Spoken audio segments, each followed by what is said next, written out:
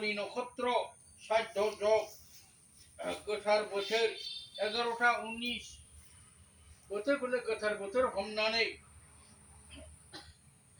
निथिखौ बोखांनांगौनि थाखाय दिनै दालांगुरि गंगा संगम शिब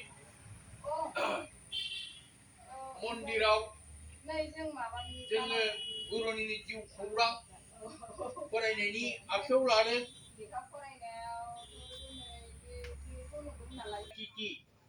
उत्तर पर्गनि नक्षत्र साध्य जग गोथार बोथोर फुंनि 11टा 25 मिनिट बोथोरखौनो गोथार बोथोर लानानै जोङो हारिनि आरो गावनि नखर संसार रायजो जानाय कुलनीति आरो हारिखौ दैदेनलांनो बाथौ शिब धोरोमाव दीक्षा लानाय दालांगुरि गंगा संगम मन्दिरनि आश्रम दैदेनग्रा पुजारी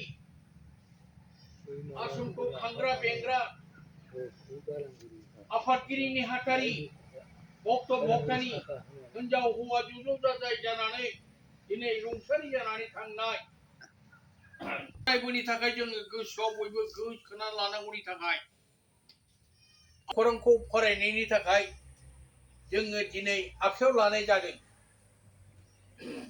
गिबि आङो संबोधनी होनो सानदों।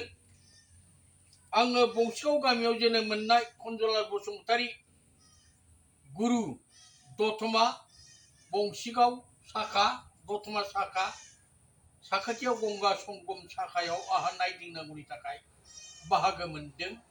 बे बाहागो मोननायखौ दिनै मावफुंलांनो आङो आगान सुरबोदों। बे गुरुनिनो जिउ खौरांखौ आवरायनायनि गिबि संबोधनी आं होनो नागिरदों। बयबो ओम होन।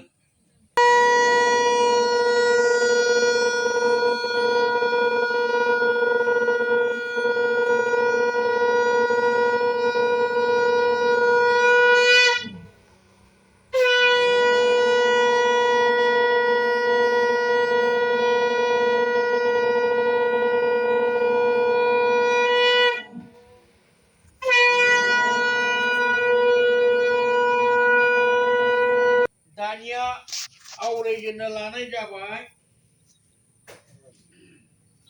दालांगुरि गंगा संगम मन्दिरखौ दैदेनग्रा